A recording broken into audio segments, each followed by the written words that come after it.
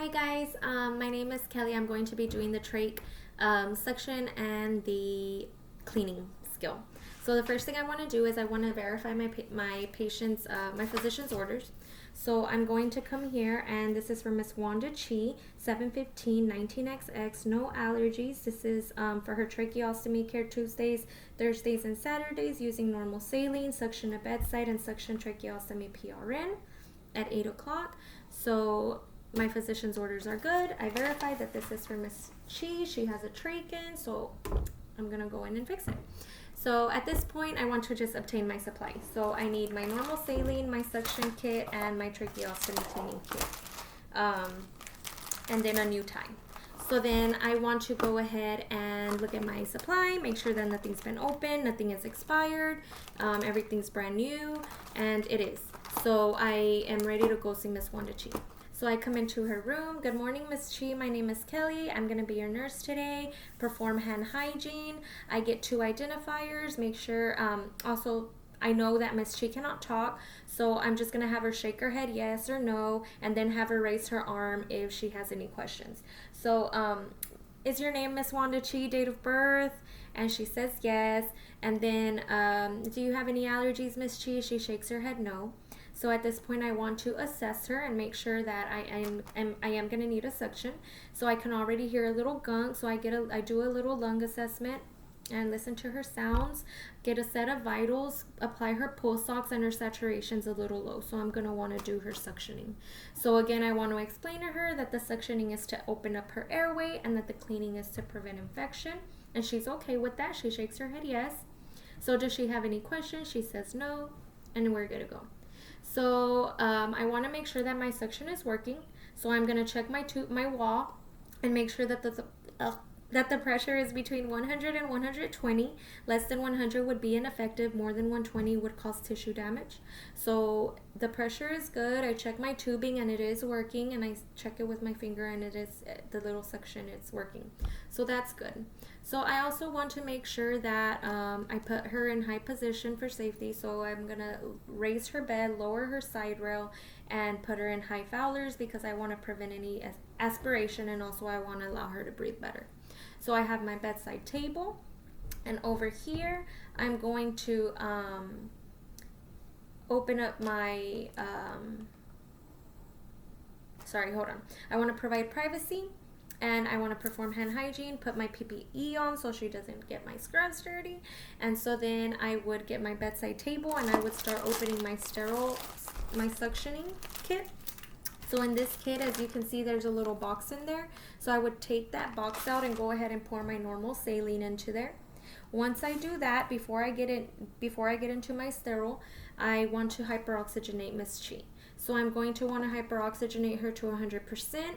I'm going to give her about 5 to 6 breaths over 30 seconds or so, and then I'm ready to do my sterile. So I open this up and I put my sterile gloves on. I have a clean hand and a dirty hand. With the dirty hand, I'm going to be touching everything, the suctioning that's connected to the wall. And in my clean hand, my sterile hand, I'm going to keep my sterile catheter. So I would connect those two, the tubing from the wall and the catheter, and make sure that it works. And also I want to put it in my water to make sure I hear the little suction sound. So it works. So at this point I want to go to my patient, and I'm going to insert the catheter into her trach. I'm up here. Into her trach, and until I meet resistance. So once I hit resistance, I'm going to want to do intermittent cleaning, so on and off on the little hole in the catheter. And then I want to rotate it as I'm taking it out, and I don't want to do this for more than 10 seconds. So if I need to do it again, I would come back out before 10 seconds, and I would rinse with the normal saline between the suctions. So then once I'm done with that, I want to assess her lung sounds again, make sure that I don't hear anything, and they sound clear now, and her saturation level went up. So I'm good to go. So at this point I'm done, and I want to disconnect my tubing, throw away my catheter and my glove, and we're good. Perform hand hygiene. So at this point, we're going to get down to our trach cleaning. So again, I want to perform hand hygiene. I want to inspect my little kit, make sure that it's not open, make sure that it's not expired, and it's not.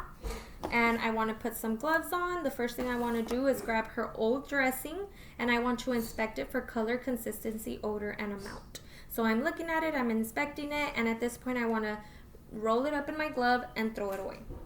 Perform hand hygiene again, and then I want to open my saline just to get it ready, and then I want to start opening my tray kit. So I come to my tray kit, and I want to again make sure that I'm doing this as sterile as possible because I don't want to dirty my patient and cause an infection. So this is opened, and I want to take out the little drape inside. So again, everything is sterile. I want to come to my little drape, and I'm going to put the shiny part down. So that's good. And then at this point, I want to take everything out of my box. So I'm going to grab my sterile gloves. I'm going to put this over here. I want to grab my sterile gloves.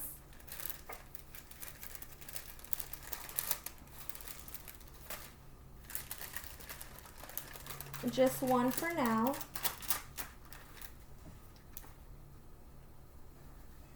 And I wish I had more space. So I want to grab my glove, and with my sterile glove, I want to grab everything out of this box. So I'm going to take everything out.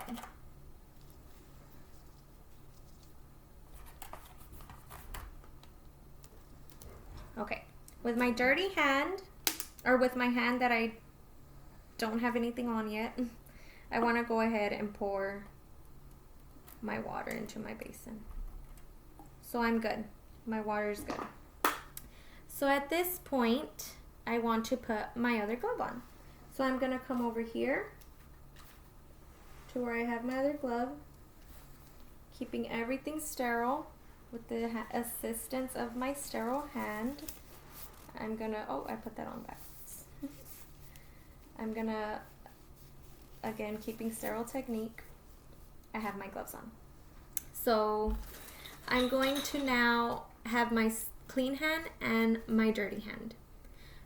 Again, with my dirty hand, I'm going to touch only the trach. So my dirty hand touches the trach. I want to grab my trach, and I want to place it in the basin. And I'm going to let it sit there for a little bit, and then I'm going to grab it, and with my clean hand, I'm going to go and grab my cleaning supply. So I'm going to clean and toss. Then I'm going to put my trach in the other compartment, and I'm going to rinse it off, and I'm going to tap, grab some gauze, and I'm just going to dry it.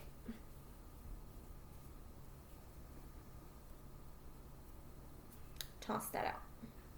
I'm going to come to my patient, and I'm going to put his trach back in place. So that's good. So that's the end of the sterile technique. At this point, I'm going to grab some gauzes, and I'm just going to want to make sure I'm cleaning around there, around his area.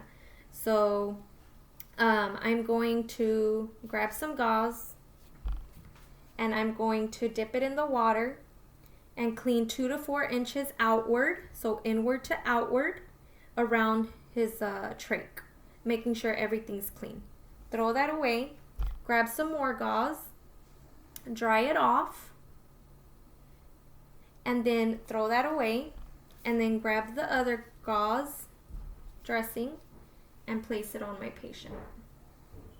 At this point, I want to change the trach tie, so I'm going to secure a new one before I remove the old one. So I'm going to secure it. I'm going to put my two finger widths between to make sure that it's not too tight. And once it's secured, I'm going to remove the old one and throw it away. At this point, I want to position the patient comfortably, leaving Miss Chi in a high Fowler's position. And I want to also put a new trach kit near the bedside and suction kit near the bedside. So I want to still make sure that my suction works just in case of an emergency. Call bells in reach, beds in lowest position, the side rails are up. Miss Chi, I'm going to be back in 30 minutes, okay? I would clean up my space, perform hand hygiene, and at this point I want to document. So I want to document my patient's respiratory status, and I want to also document that my patient tolerated well. Also, I want to make sure that I don't know if I said it or not, but also I want to make sure that as I'm doing all these procedures to my patient, that I'm assessing her and watching her and looking at her pulse ox to make sure that it's not getting any lower or she's becoming distressed. So I want to assess her lung sounds again, and I want to document all that, and I want to document how she responded. She tolerated well. I want to document the drainage on the dressing, so the color, the consistency, the odor, and the amount that I saw. And then I also want to document the way the stoma looked, the way the area looked, if it looked healthy, if it looked unhealthy, you know, stuff like that, signs of infection. And then I want to document my name. And I think that's it. So that's the end of the skill. Again, I've said that I would perform hand hygiene after cleaning up all my mess. So, all right. Thank you, guys.